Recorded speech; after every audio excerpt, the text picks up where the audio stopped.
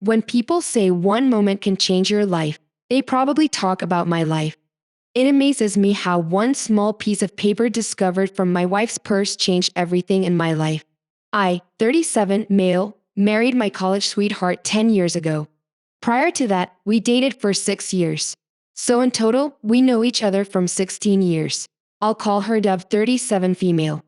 She was my classmate in college, and I consider her my soulmate. She indeed was. A month ago, Dove's friend was getting married in a fairy tale wedding in Las Vegas. I was also invited to the wedding, but had something urgent at work that same week, so I skipped it. It was an elaborate event which lasted for a week when Dove returned from the wedding. She was unusually quiet. I asked her if everything was fine. She said she was just tired after the week-long wedding festivities. It seemed natural to me, so I gave her the space she needed to wind up. However, it started troubling me when Dove's behavior turned cold towards me. Not only did she become quiet, but she became irritated at me. She started ignoring me and got agitated at every conversation. Not to mention, our sex life was almost null. Whenever I initiated, she used to snap at me and say she was not in the mood. It's been almost a month now since she returned from the wedding. But we didn't have one intimate moment together. If this was not enough, I found something inside her bag yesterday, which has made me anxious. It was a hospital bill. Dove had done an STD test just the next day after returning from the wedding. Isn't it weird? Why would she do that? And why didn't she tell me about this? I know it means something obvious. I love her selflessly, but I'm not a simp to just ignore such a huge red flag. I'm not yet ready to confront her regarding my findings, but before I do, I wanted to have a complete information about the acid test. I just don't want to confront her with any half-baked information. I treasure my marriage and my relationship with Dove, and I just don't want to destroy it in a moment of impulse. I have researched my past on this subject, and while doing so, I bumped into this page where several men and women have shared their stories, where they have found their partner undertaking acid tests secretively more often than not. It is related to cheating. That is why I'm here to share my story and see if I'm overreading between the lines. I'm feeling guilty to admit this, but I have also sneaked into Dove's phone a few days ago. I scrolled through all her chat lists and call records, but could not find anything doubtful. It was also clean. I also checked her social media account, but it was also clean. I don't know if I should feel bad about doubting her or if I should be assured that I'm being alert. I thought of contacting the friends who attended the wedding with Dove to check if anything unusual had happened there. But the thing is, it was Dove's school friend's wedding, so none of her college friends were a part of it. I'm friends with her school friend, but not to the extent that I can ask anything from them without Dove's knowledge. This situation feels so weird because in the last 10 years of being together with Dove, she never gave me any reason to suspect her. We were always very transparent with each other. Edit to add, I forgot to mention that the bill indicated that she made the appointment on the day after returning from the trip. However, the date of the test mentioned was of yesterday's and the date of the report is given after a week. Dove's behavior was concerning me from the time she returned from the trip. I checked her phone a few days ago but couldn't find anything. Yesterday, when I returned home after the test, she looked very exhausted and tense. I got suspicious when she carefully hid her bag inside the wardrobe. Usually she leaves it on the table or the couch. I behaved as if I didn't notice it, but I was keeping a close eye on every move of hers. When she went to the washroom for a shower, I checked her purse and found the hospital bill for the test.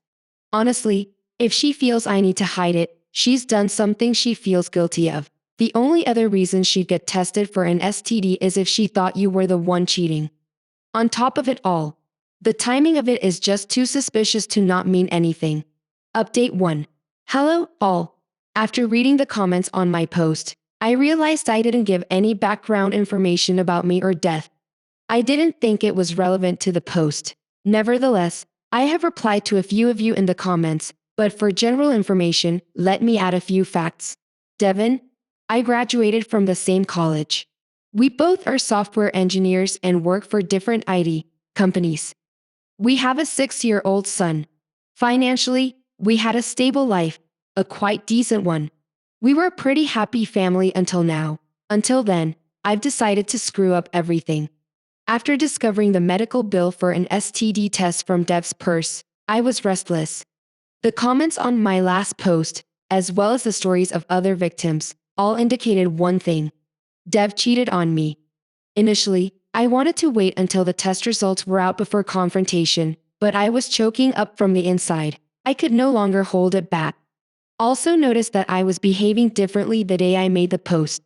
She even asked me if everything was all right. I just nodded and faked a smile. She thought that maybe I was retaliating for her rude behavior. So a day after I made my post, we sat at the dinner table as we started eating again. Asked me if I was doing well. I nodded yes, but after a while I couldn't hold back myself and I blurted out, "How was your acid test?" She looked at me, shocked. I repeated, "Yay, that acid test you took a few days back." She turned pale and asked me, "How did I discover it?" I said, "It doesn't matter." Then she said, the most classic line I can explain. I stared at her straight and told her to explain. She sighed and took a deep breath while I kept staring at her patiently. She started weeping. The moment she started sobbing, my heart sank. I understood that my suspicions were true. They've held my hand and told me to believe her. I tell her I could believe her only if she said anything.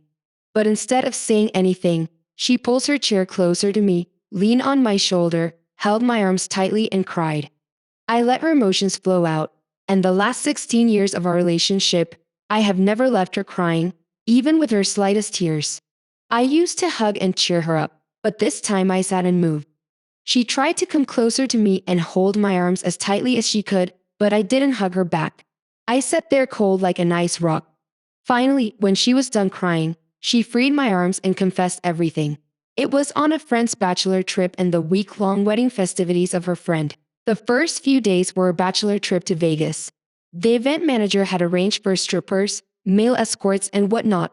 That day, I got to know so many new terms that I was not at all familiar with earlier. She told me that the bride and her other friends enjoyed all the services right from the start. On day one, but Dove resisted. Her friends forced her, but she didn't.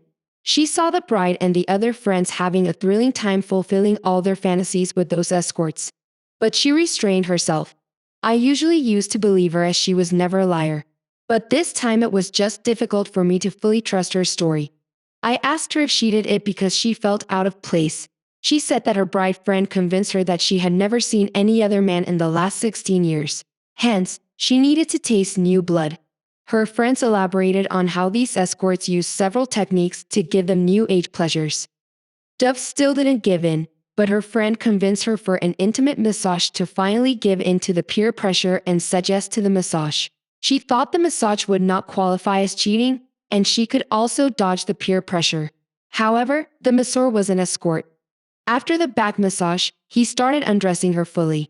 She resisted, but he said it was an intimate massage. So she had to undress. She confessed to losing her self-control during the intimate massage and gave in. One thing led to another, and she cheated on me. But this was not enough. When Dove told her friends about her encounter with the masseur, they cheered for her and insisted she should further explore. They also assured Dove that it would be confidential and nothing would ever reach me.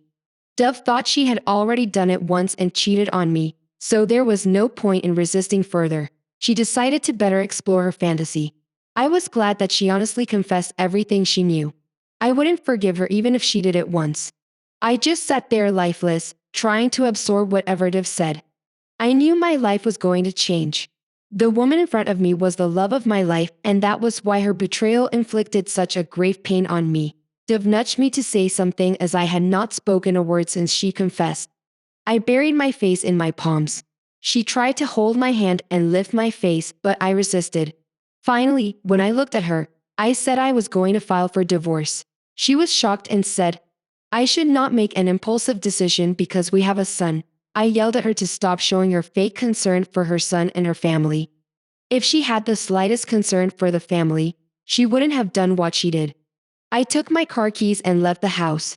She tried to follow me, but I shrugged her off. I drove off to my friend's place who was living alone. He recently had a divorce. That's a separate story. Anyway, I drank until I passed out the next morning. I called in sick at work. My friend went to the office while lounged on his couch, searching for the divorce lawyers. I stumbled upon a lawyer who was my junior in school. He was added to my Instagram account, so I messaged him. He responded within a couple of hours. I asked for a call. He says the urgency and desperate is in my messages and call me back within 30 minutes. His next available appointment slot was about 4 days later. But since I knew him, he asked if I could meet him late in the evening after work.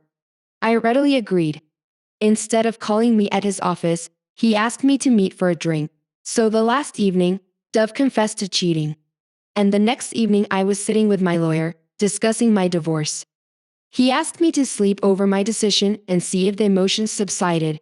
And I decided to give her a chance. I told her that I was mindfully making this decision.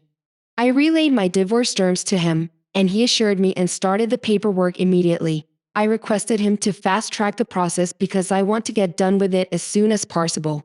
Anyone who heard me would have assumed I was making an impulsive decision, but I was not. I loved love, but not more than my self-respect. I told him that I trusted Dove with my life. And if I'm taking this decision, it is definitely severe. I cannot let her get away with the cheating. The next day I went home in the afternoon. I thought she would be at work. But she was at home. She'd become miserable just in the last few days. As soon as she saw me, she rushed towards me and tried to hug me, asking me where I had been for the last 2 days and why I was not responding to her calls and messages. I wanted to push her away, but she looked so pale and fragile that I could not do so. I let her hug me, but I didn't touch her. I stood stiff. She kept saying sorry, but I remained unmoved. She held my face with her palms and urged me to say something. She said my silence was killing her. I asked about our son. She said she had dropped him to my parents' house for a few days. I freed myself, went to my room and bolted it. She would not have let me pack if I had let her in. I packed some of my clothes, laptop tabs and essentials and hurriedly left the house while she was in the kitchen. She followed me outside trying to stop me, but I didn't look back and drove off. I checked into a hotel and then went to my parents' house to meet my son.